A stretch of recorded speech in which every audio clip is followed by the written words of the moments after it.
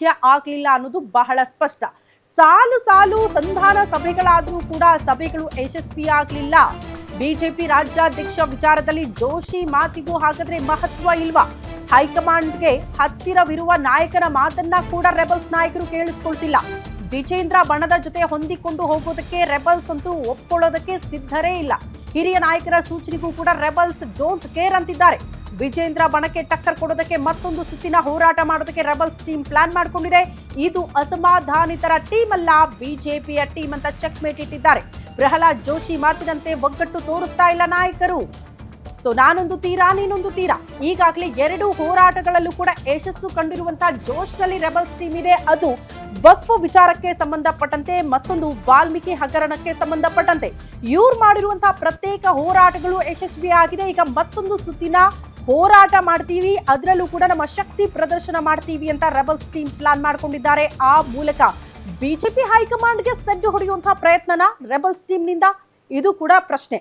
ಯಾಕಂದ್ರೆ ಹೈಕಮಾಂಡ್ಗೆ ಬಹಳ ಹತ್ತಿರವಾಗಿರುವಂತಹ ನಾಯಕ ಅಂದ್ರೆ ಪ್ರಹ್ಲಾದ್ ಜೋಶಿ. ರಾಜ್ಯ ಬಿಜೆಪಿಯಲ್ಲೇ ಏನೇ ಮುನಿಸಿದ್ರೂ ಕೂಡ, ಅಸಮಾಧಾನಗಳಿದ್ರೂ ಕೂಡ ಅದನ್ನ ಬಗೆಹರಿಸಿ ಒಗ್ಗಟ್ಟಾಗಿ ಕರೆದುಕೊಂಡು ಹೋಗುವಂತಹ ಶಕ್ತಿ ಪ್ರಹ್ಲಾದ್ ಜೋಶಿ ಅವರಿಗೆ ಇದೆ. ಹಾಗಾಗಿ ಹೈಕಮಾಂಡ್ನವರು ಇವರಿಗೆ ಟಾಸ್ಕ್ ಗಳನ್ನ ಕೊಡ್ತಾ ಇದ್ರು. ಈಗ ರೆಬಲ್ಸ್ ಟೀಮ್ ಅನ್ನ ಕೂಡ ರಾಜ್ಯಾಧ್ಯಕ್ಷ ವಿಜೇಂದ್ರ ಹೆಸರು ಅನೌನ್ಸ್ ಆದ್ರೆ ಅವರ ಜೊತೆಯಲ್ಲೇ ನೀವು ಕೆಲಸ ಮಾಡಬೇಕು. ಬಿಜೆಪಿಯಲ್ಲಿ ಬಣಗಳಿರಬಾರ್ದು, ಪಕ್ಷ ಒಂದೇ ಆಗಿರಬೇಕು, ನಾವೆಲ್ಲ ಒಗ್ಗಟ್ಟಾಗಿರಬೇಕು ಅನ್ನುವಂತ ಸಂದೇಶವನ್ನ ಸಂಧಾನ ಸಭೆಯಲ್ಲಿ ಕೊಟ್ಟರೂ ಕೂಡ ಅದನ್ನ ರೆಬಲ್ಸ್ ಕೇಳಿಸ್ಕೊಳ್ತಾ ಇಲ್ಲ ಅಂತ.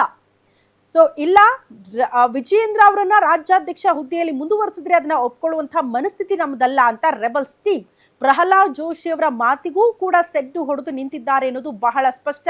ಈಗ ಬೃಹತ್ ಕಾರ್ಯಕ್ರಮದ ಮೂಲಕ, ಮತ್ತೊಂದು ಹೋರಾಟದ ಮೂಲಕ ತಮ್ಮ ಶಕ್ತಿ ಪ್ರದರ್ಶನಕ್ಕೆ ಮುಂದಾಗ್ತಿದ್ದಾರೆ ರೆಬಲ್ಸ್ ಬಣದವರು ಅನ್ನೋದು ಸದ್ಯ ಇರುವಂತಹ ಮಾಹಿತಿ. ಬಟ್ ಈ ಹಿಂದೆ ಒಂದು ಮಾತು ಕೇಳೋದಕ್ಕೆ ಸಿಕ್ಕಿತ್ತು, ವಿಜೇಂದ್ರ ಅವರನ್ನ ರಾಜ್ಯಾಧ್ಯಕ್ಷ ಹುದ್ದೆಯಲ್ಲಿ ಮುಂದುವರಿಸ್ತೀರಿ ಅಂತ ಆದ್ರೆ ನಮ್ಮ ಡಿಮ್ಯಾಂಡ್ ಗಳನ್ನ ಕೂಡ ನೀವು ಒಪ್ಕೊಳ್ಬೇಕು ಅಂತ. ಪ್ರಮುಖವಾಗಿ ಅವರ ಡಿಮ್ಯಾಂಡ್ ಇದ್ದಿದ್ದು ಯತ್ನಾಳ್ ಅವರನ್ನ ಮತ್ತೆ ಪಕ್ಷಕ್ಕೆ ಸೇರಿಸ್ಕೊಳ್ಬೇಕು ಅಂತ. ಸೊ ಅಂಥ ಡಿಮ್ಯಾಂಡ್ ಗಳನ್ನ ಇಟ್ಟಿದ್ರು ಕೂಡ ಬಹುಶಃ ಬಿಜೆಪಿ ಹೈಕಮಾಂಡ್ ಯೋಚನೆ ಮಾಡ್ತಾ ಇತ್ತೋ ಏನೋ.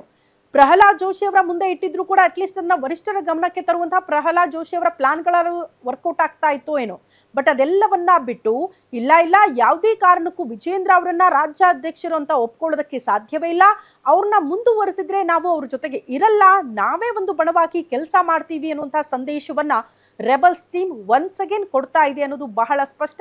ಈಗ ಮತ್ತೊಂದು ಸುತ್ತಿನ ಹೋರಾಟ, ವಕ್ಫ್ ವಾಲ್ಮೀಕಿಯ ಬಳಿಕ ಮತ್ತೊಂದು ಸುತ್ತಿನ ಹೋರಾಟ ಯಾವ ರೀತಿ ಇರುತ್ತೆ, ಆ ಮೂಲಕ ಯಾವ ರೀತಿ ಶಕ್ತಿ ಪ್ರದರ್ಶನಕ್ಕೆ ರೆಬಲ್ಸ್ ಟೀಮ್ ಮುಂದಾಗ್ತಾರೆ, ಇವರನ್ನ ಹೇಗೆ ಸಮಾಧಾನ ಮಾಡಿ ಪಕ್ಷದ ಜೊತೆಗೆ ಬಿಜೆಪಿ ಹೈಕಮಾಂಡ್ ಕರ್ಕೊಂಡು ಹೋಗುತ್ತೆ ಅನ್ನೋದೇ ಸದ್ಯ ಇರುವಂತಹ ಕುತೂಹಲ.